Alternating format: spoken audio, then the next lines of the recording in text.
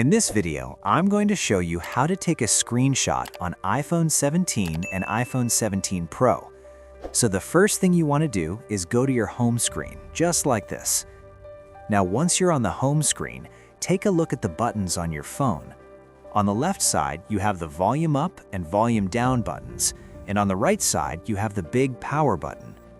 Now to take a screenshot, all you need to do is press the volume up button and the power button at the same time. So just press both buttons together quickly and release.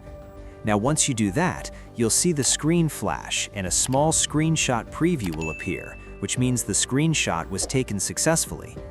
Now after that, you'll see options to crop the screenshot, draw on it, or edit it if you want. And you'll also see options to save to photos, save to files, or save to Quick Note. Now in my case, I'm just going to save it to photos. And once you do that, the screenshot will be saved automatically. And that's it. You have successfully taken a screenshot on iPhone 17 and iPhone 17 Pro.